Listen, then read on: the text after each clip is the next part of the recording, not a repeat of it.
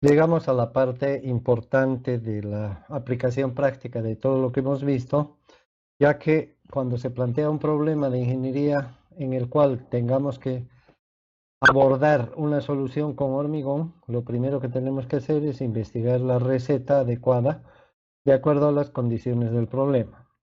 Ya hemos esquematizado eso, ¿verdad? Cómo funciona. Primero el problema, el análisis, la obtención de datos de los materiales o recursos disponibles y luego la receta, si es que no se la conoce, se la tiene que plantear y se la tiene que comprobar o verificar en un laboratorio. Nosotros vamos a aplicar el método de dosificación de ACI, como ya se dijo, que es un método universal, conocido universalmente. Entonces, vamos a regirnos a todos los pasos que indica el método. Sin embargo, hay una aclaración que hacer. Al principio del curso dijimos que nos íbamos a ocupar principalmente de los hormigones normales y llamábamos normales a aquellos que son cemento, cemento común, agua común y agregados de piedra. Entonces, hoy día tengo que hacer la aclaración, o tenemos que hacer la aclaración de la excepción que significa aplicar el método de ACI, porque en el método de ACI se considera hormigones sin aditivo y hormigones con aditivo, y el aditivo que se utiliza es el aditivo incorporador de aire, debido a que en Estados Unidos y otros países del hemisferio norte existe mucho problema, igual que en cualquier otra parte que haga mucho frío, existe mucho problema con la durabilidad de las estructuras respecto a los ciclos de congelamiento y descongelamiento del agua. Generalmente en los lugares donde hay inviernos muy crudos, entonces el agua se congela, se descongela, se congela, se descongela. Y en este ciclo de congelamiento y descongelamiento, como el hormigón es poroso, el agua que está dentro del hormigón va presionando las paredes, y como hay ciclos de descongelamiento también y luego se repite lo mismo, el agua cambia de posición de manera que las presiones internas son cada vez diferentes. Este proceso que se va repitiendo todos los años en los lugares en que el invierno es muy crudo, va desgastando, va debilitando el hormigón. Y a lo largo del tiempo, obviamente estamos hablando de 5, 10, 15, 20 años, se nota el impacto que tiene sobre el hormigón endurecido de las estructuras, ya que estas se ven como cuando acá en Santa Cruz vemos la madera a la que se le ha entrado el bicho, el turiro, etcétera, y se va carcomiendo la madera y parece que estuviera enterita, y cuando uno la toca con la mano se deshace. Algo parecido ocurre con el hormigón. Entonces, necesariamente vamos a tener que hablar de este caso. De hecho, en otros países del mundo siempre se presenta la alternativa si se va a usar aire o no se va a usar aire con el aditivo. Entonces, vamos a hacer un repaso rápido previo al uso del método respecto a la presencia del aire en el hormigón endurecido, por supuesto, porque aunque en realidad el aire está desde el estado fresco, pero lo que interesa finalmente es qué importancia va a tener su presencia en el hormigón endurecido y de qué manera puede afectar a la resistencia del hormigón. En cualquier texto de tecnología del hormigón que se aprecie de regular para arriba, siempre cuando se habla de aire en el hormigón se va a hablar de dos tipos de aire. Uno, el aire que queda atrapado debido a la mezcla que se hace entre sólidos y líquidos, igual que en una taza de café, cuando introducimos el azúcar, que es un material granular sólido, y se mezcla con el líquido, salen burbujas, ¿verdad? Y muchas veces cuando batimos para mezclar el azúcar con el café, es un ejemplo simplemente, aceleramos la salida de las burbujas arriba. Entonces, esto significa que cuando introducimos un material sólido en el agua, al introducir este sólido, se introducen burbujas. Y más aún cuando el material está fraccionado en muchos pedazos. Eso es lo que ocurre también en el hormigón cuando se mezclan los agregados y el cemento, que son materiales sólidos, con el agua, que es un líquido. Entonces se genera un aire, ¿sí? Que con el manipuleo del hormigón sale un poco a través de burbujas, y otro poco se queda en el hormigón. Entonces, mientras más se manipule, se mueva, se sacuda el hormigón, más aire vamos a generar. Y obviamente ese aire forma vacíos en la estructura del hormigón y cuando el hormigón se endurece, si lo vemos, vamos a apreciar una serie de cavidades, ¿no es cierto?, que ratifican lo que estamos diciendo. Ese es un tipo de aire que en cualquier texto lo vamos a encontrar como algo que ocurre de manera natural, normal. Obviamente que no es bueno para el hormigón porque un sólido que tiene muchos huecos se debilita, eso es obvio. Por lo tanto, el manipuleo deberá ser cuidadoso, de manera que no generemos muchas burbujas, aunque es inevitable. Cuando hacemos la vibración del hormigón, cuando hacemos la consolidación mediante el vibrado, ayudamos a las partículas de aire a que salgan hacia arriba, pero no se puede exagerar con este procedimiento porque ya sabemos que también se puede producir segregación por la separación de los materiales pesados, que son los agregados, con los livianos, que son el agua y el aire, que quedarían arriba y los pesados abajo. Eh, algunas veces en algunos textos, y saltándome un poco porque empecé por el final, quiero mencionar estos casos, ¿no? Donde se puede ver que hay partes del molde que no han sido llenados con hormigón, de manera que cuando se retira el molde se pueden ver una serie de huecos, ¿no es cierto? Y algunas personas, no diré libros porque no me consta, pero algunas personas creen que esto es normal, ¿sí? Es decir, les parece normal, ¿no? Les parece normal que cuando se desencofra aparezcan una serie de huecos. Es tan común en nuestro país que hasta le ponen nombres, ¿no? Le ponen cangrejeras y otros nombres. Y las personas que trabajan en construcción inclusive ya saben, los desencofradores ya saben lo que tienen que hacer cuando se encuentran con este tipo de errores. Lo primero que hacen es tapar sus errores, ¿no? Como ocultar un delito, los tapan con mezcla, con pasta de cemento. Y eso no quiere decir que el material sólido, la estructura, como aquí vemos, parece una columna, esta es una viga, acá tenemos dos vigas o un muro, parece ser el de la izquierda. No quiere decir que con eso se haya resuelto el problema. Es la presencia de este tipo de aire no está mencionada en ningún texto y es un defecto de construcción, es un defecto, es un hueco, no tiene ninguna razón de existir, ¿sí? Quiere decir que el trabajo de vaciado y el trabajo de consolidación ha sido defectuoso y por eso es que se ha formado esto. Acá podemos inclusive apreciar el fierro y hay manchas de oxidación, lo cual también nos muestra de que hay un recubrimiento probablemente menor al especificado. Entonces, este tipo de aire que yo lo estoy mencionando, pero no debería, tal como lo dije hace un momento, es un error de trabajo. Por lo tanto, lo descartamos. Lo he mencionado solamente como un llamado de atención. Luego estaría el aire que ya lo estaba describiendo en vacíos o burbujas y qué es ¿no? En un elemento de hormigón como este, por ejemplo, el de la izquierda es un corte en alguna probeta o en algún elemento de hormigón, por lo tanto observamos una superficie plana en la que al cortar, igual que cortar un queso, ¿verdad? Aparece una serie de cavidades. Observamos que estas cavidades son de diferentes tamaños, ¿no es cierto? Aquí hay algunas grandes, otras más pequeñitas.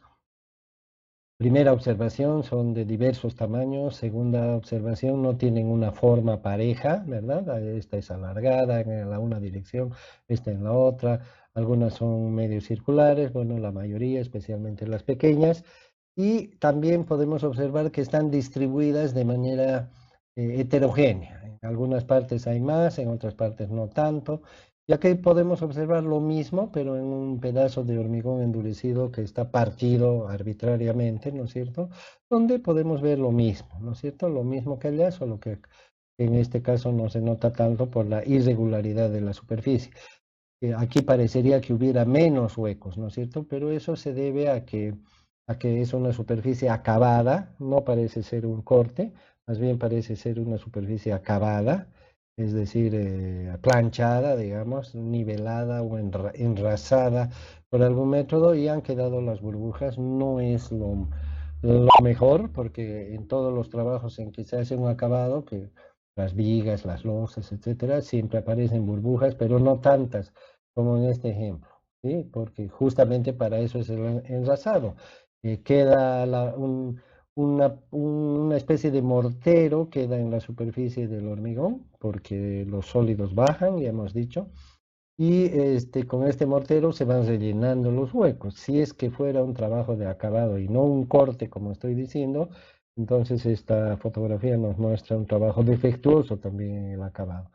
Cuando se rompe por cualquier parte un hormigón, entonces se aprecia esto, ¿no? Donde se pueden ver mucho más huecos, ¿no es cierto? Muchas más cavidades distribuidas de manera heterogénea, de tamaños desiguales y de formas desiguales también. Este es un aire normal, digamos normal en la medida de que siempre existe, se lo puede eliminar parcialmente con la consolidación y los cuidados en el manipuleo, de modo que no se sacuda mucho el hormigón, pero esto es relativo, ¿no? Lo que estoy diciendo, no lo sacudan mucho, por ejemplo, esa instrucción a los obreros, no sé en qué medida se podrá respetar, ¿no es cierto? Así que, bueno, es algo inevitable. Y las medidas de resistencia que damos o las proyecciones de resistencia mediante las pruebas de rotura de probetas incluyen estos problemas, ¿no es cierto? No es que eh, para determinada cantidad de cavidades son los valores y si tiene más van a disminuir, obviamente que afectan el valor final, pero está incluido dentro de las consideraciones que se hacen. Finalmente vamos a mencionar, y aquí es donde apuntábamos desde un principio, lo que se conoce como aire atrapado, abreviado AA mayúsculas, que es un tipo de aire que no se ve así a simple vista, sino que solamente se lo puede apreciar con un microscopio, como está descrito en el texto, y está siempre presente en el hormigón. Las burbujas, porque son burbujas micrométricas, están como en un panal de abejas, o sea, una al lado de la otra. Toda la masa del hormigón contiene estas pequeñas burbujas, o sea que la masa del hormigón no es como parece, no es un sólido relleno completo, sino más bien es un sólido poroso, pero poroso uniformemente. Las cavidades estas micrométricas son todas del mismo tamaño, todas circulares y se encuentran en todo el volumen del hormigón, en toda la masa. No es que están en unas partes más y en otras partes menos. Esas son las particularidades de este aire que le han llamado como aire atrapado. Todos los hormigones tienen este aire.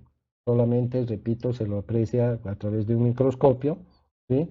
Lo que sí se ha ido haciendo a través del tiempo una serie de descubrimientos respecto a este tipo de aire, el del aire atrapado, y se ha encontrado, por ejemplo, que algunos hormigones tienen mayor contenido de aire que otros.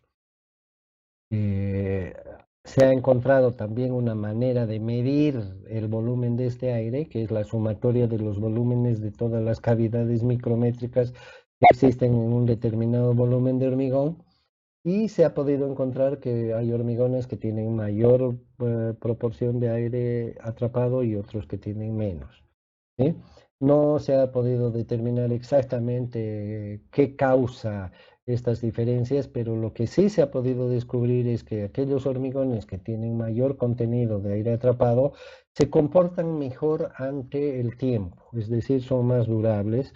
Por lo tanto, podríamos pensar que este tipo de aire mejora la durabilidad del hormigón, particularmente en el aspecto que yo me había referido al principio, es el congelamiento y el descongelamiento del agua. Se cree o se argumenta de que al tener estas cavidades el hormigón, el agua que está dentro del hormigón tiene más espacio para acomodarse, ¿sí? En estos ciclos de congelamiento y descongelamiento. Por lo tanto, las presiones que ejerce sobre sus paredes probablemente son menores en los casos en que hay más espacio adentro, es decir, más aire atrapado. Al haberse encontrado que la presencia de este tipo de aire es de alguna manera beneficiosa en el hormigón y no habiéndose determinado con precisión la causa natural que hace que hayan hormigones con diferentes proporciones de este tipo de aire, alguien descubrió la manera de generar este aire de manera artificial. Entonces ahí nace esta idea del aire incorporado, abreviado AI, ¿sí? AI, y que es el mismo tipo de aire que estamos describiendo, pero colocado de manera artificial, de manera voluntaria, mediante unos aditivos que se llaman aditivos incorporadores de aire. Estos aditivos se adicionan al hormigón y en función de la proporción que echemos del aditivo, el aire incorporado va a incrementar, el cual sumado al aire atrapado va a generar un contenido de aire que nosotros fijamos a voluntad. En la práctica se ha visto que llenar, como sabemos, llenar un sólido de huecos, sean grandes, sean chicos, etcétera, lo tiene que debilitar en algún momento. En la práctica se ha visto que si el contenido de este tipo de aire excede el 8% del volumen total del hormigón, hasta un 8%, la resistencia puede verse afectada. Por lo tanto, se recomienda que cuando se usa aire incorporado, no se exceda este límite de 8%.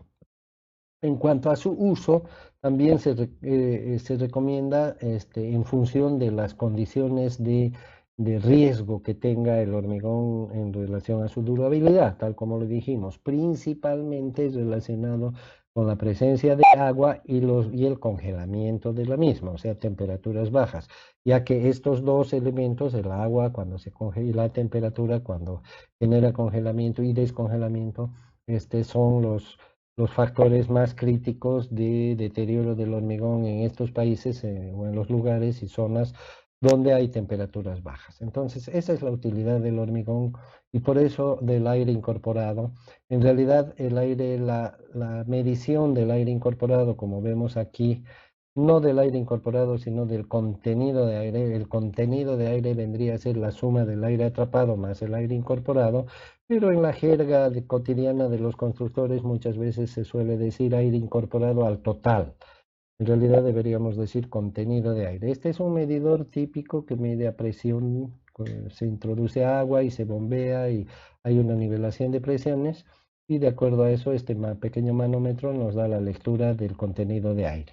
Normalmente la lectura del contenido de aire, como hemos dicho, máximo 8%, se hace con un decimal, o sea que hay hormigón. El hormigón que no tiene ningún aditivo, o sea, solamente contiene aire atrapado, tiene un contenido de aire entre 0,5 a 1,5%. Cuando añadimos aire incorporado mediante el aditivo, 0,5 a 1,5% puede subir, ¿no? A 4,3, 3,8, 5,6, etcétera. Siempre se hace la lectura con un decimal y máximo 8.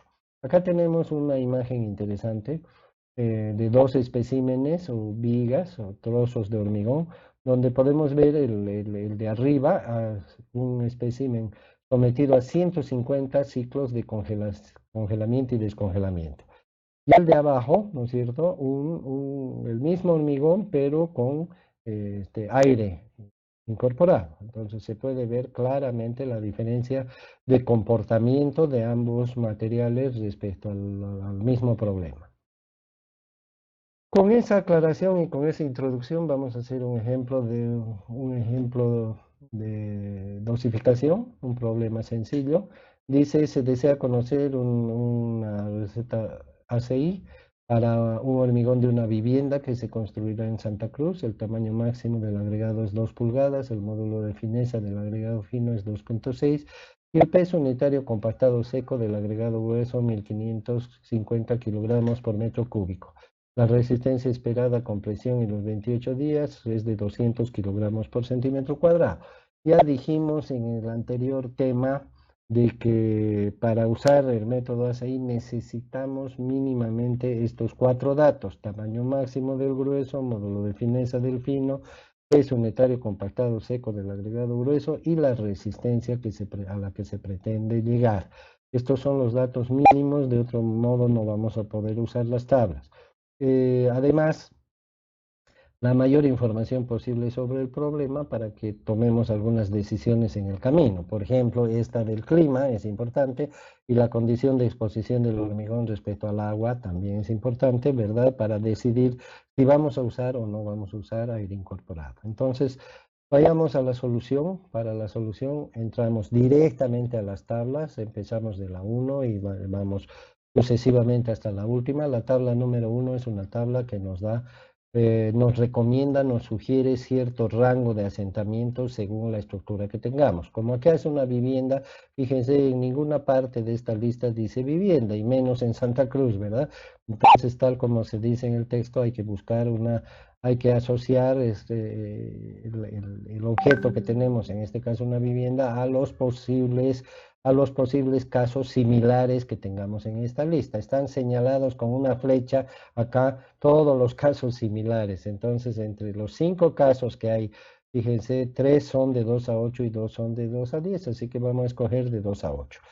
Escogemos entonces el asentamiento, el rango de 2 a 8 y por lo tanto el objetivo será apuntar al centro, que es 5, ¿verdad? 5.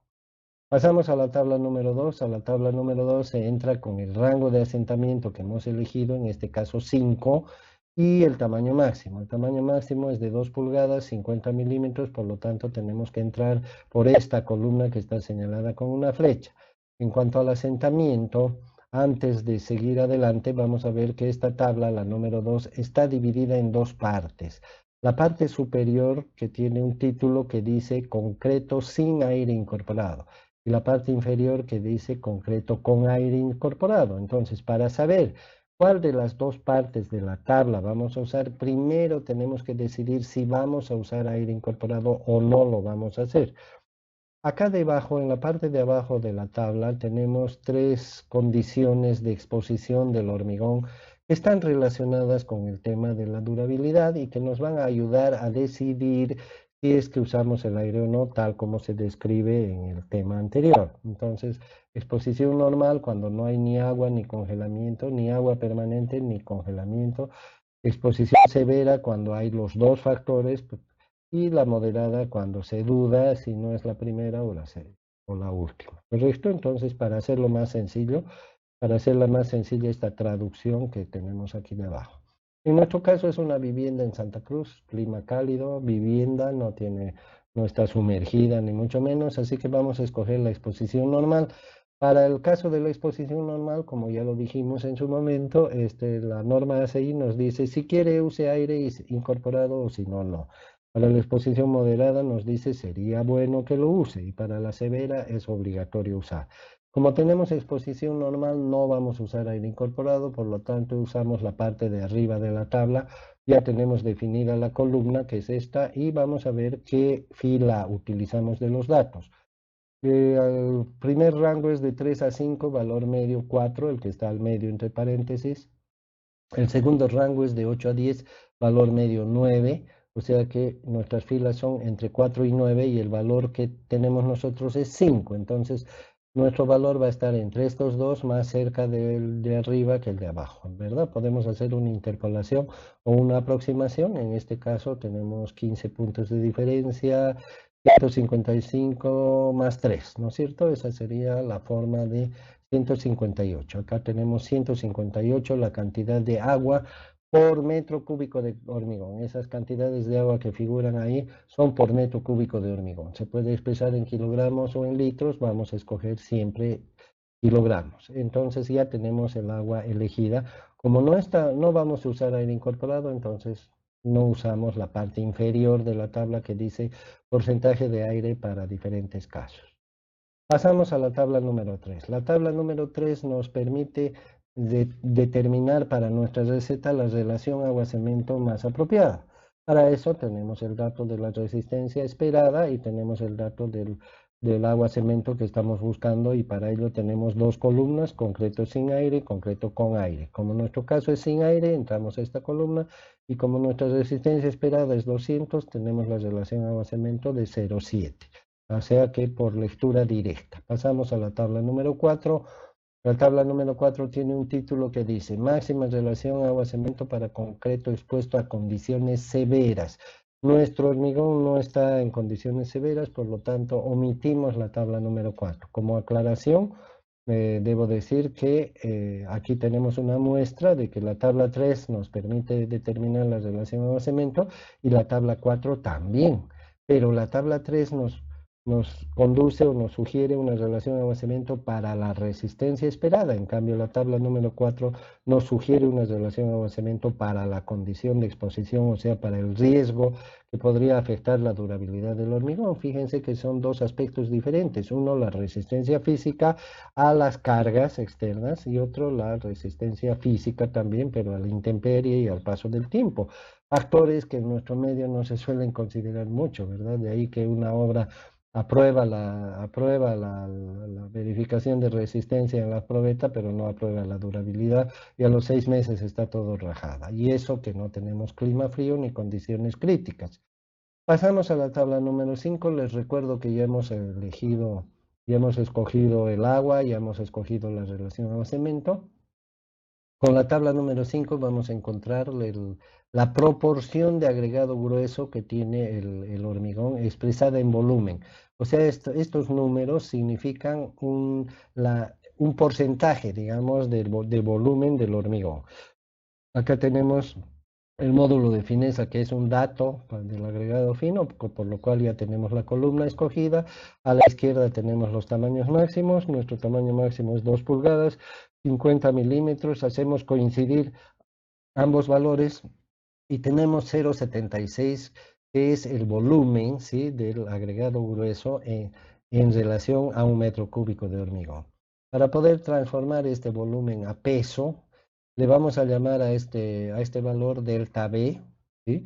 Delta B, entonces, usando la tabla 5, es 0,76 y este valor, más adelante vamos a ver, se lo multiplica por el peso específico, por el peso unitario compactado seco, que hemos dicho que es un dato y lo tenemos por ahí, se multiplica por este valor para saber el peso del agregado grueso, ya que este porcentaje o fracción no nos sirve para la receta. Pasamos a la tabla número 6, es una tablita que nos permite apreciar valores aproximados de lo que podría ser el peso unitario de nuestro concreto cuando esté en su estado fresco.